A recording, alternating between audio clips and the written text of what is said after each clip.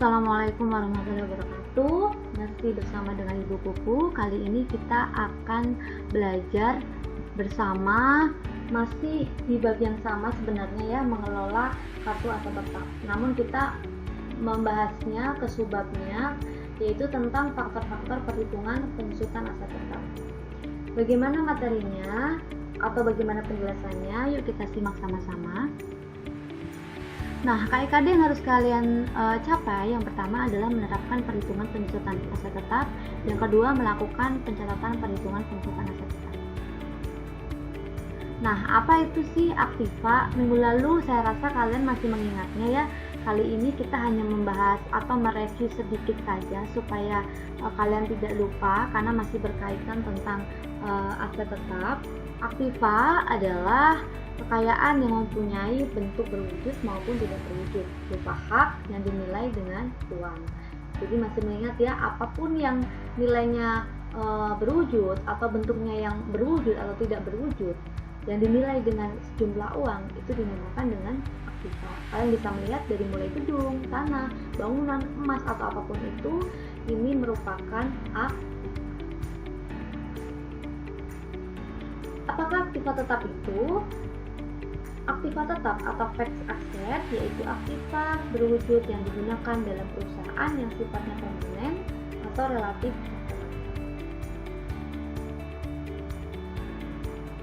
Nah, aktiva tetap berwujud itu seperti apa? Ada dua macam. Yang pertama, aktiva yang dapat disusutkan atau depreciation atau depreciable asset. Depreciable asset atau depreciation asset meliputi apa aja?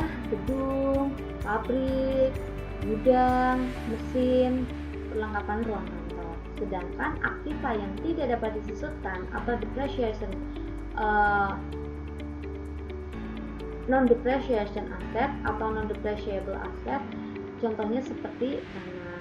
Untuk teman-teman, bila nanti kemudian hari kalian punya tabungan yang banyak, investlah di tanah. Karena apa? Semakin hari nilai tanah tidak akan mengalami penyusutan, melainkan dia mengalami sebuah kenaikan. Karena apa? Tanah ini tidak dapat disusutkan. Untuk itu, kalau misalnya kalian udah punya tabungan banyak, sok beli atau invest di tanah. Karena secara nggak langsung kalian akan memperoleh profit yang cukup banyak. Nah, aktiva tetap berwujud atau intangible fixed asset, yaitu aktiva yang masa manfaatnya dibatasi oleh hukum, ketentuan, persetujuan, atau sifat aktiva dan aktiva yang masa manfaatnya tidak terbatas. Contohnya seperti goodwill, hak paten. Ini juga sudah kalian pelajari lebih dalam lagi waktu minggu lalu.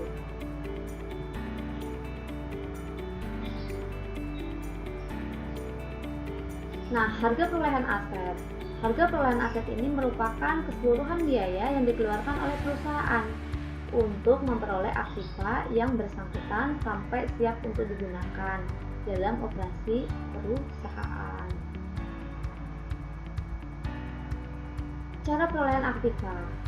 Beberapa cara yang harus kalian ketahui. Yang pertama, pembelian aktiva. Dari mulai pembelian tunai atau kredit.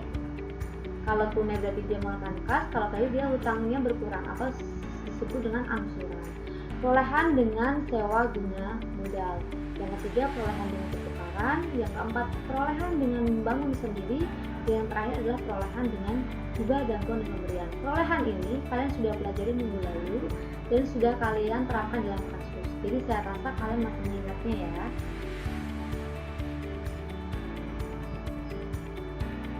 Nah, apa sih penyusutan aktiva depreciation? Yaitu harga perolehan aktiva tetap yang dialokasikan ke dalam HPP atau harga pokok produksi untuk perusahaan manufaktur atau biaya operasional untuk perusahaan dagang akibat penggunaan aktiva tetap tersebut. Nah, faktor-faktor apa yang mempengaruhi biaya penyusutan aktiva tetap? Ada 4 faktor yang harus kalian ketahui. Yang pertama, nilai perolehan aktiva atau harga perolehan. Yang kedua, nilai residunya. Yang ketiga, penggunaan aktivanya. Yang terakhir adalah umur ekonomisnya.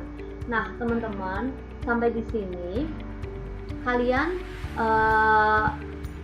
saya rasa cukup paham ya.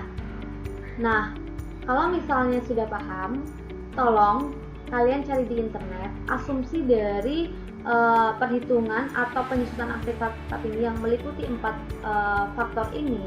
Tolong kalian jabarkan yang pertama. Yang kedua, kalian tolong berikan contoh kasusnya satu saja ya.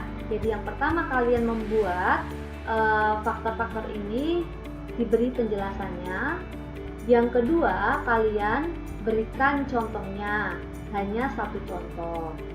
Nah, karena ini juga sudah pernah dibahas minggu lalu, jadi kita hanya mereview kemampuan yang harus kalian peroleh.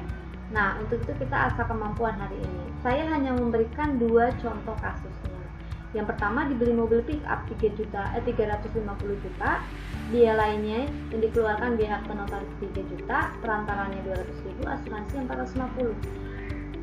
Ini pernyataan yang sangat mudah. Dari sini saya harap kalian langsung bisa menganalisis. Oh, ini beli mobil sekian, ada biayanya sekian. Oh, berarti ini ada jurnal ini sama ini, ya kan? Nah, untuk akunnya ini ada 5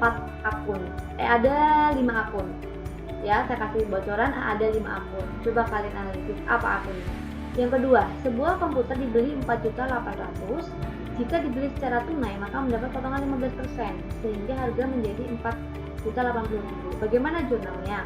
Jika potongan harga dimanfaatkan, kamu beli 4.800.000 dapat potongan 15%, berarti kamu cuma bayar 4.800.000. Nah, ini gimana jurnalnya? Yang kedua, kamu potongan harganya tidak dimanfaatkan. Nah, kamu membuat jurnalnya sesuai dengan harga awal, karena kan memang tidak dipakai nih si potongan ini. Artinya apa? Kamu menggunakan harga yang semula. Cukup mudah kan? Nah, seperti biasa, tolong kalian kerjakan di buku tugas atau buku besar. Kalian upload di Google Classroom hari Rabu, deadline pukul 4 sore. Nah, sampai di sini dulu penjelasan dari Ibu. Mudah-mudahan ilmu yang Ibu sampaikan semakin hari kalian semakin meningkat. Terima kasih anak-anak Ibu. Semoga selalu dalam keadaan sehat dan semoga kita dalam waktu dekat bisa bertemu. Terima kasih. Assalamualaikum warahmatullahi wabarakatuh.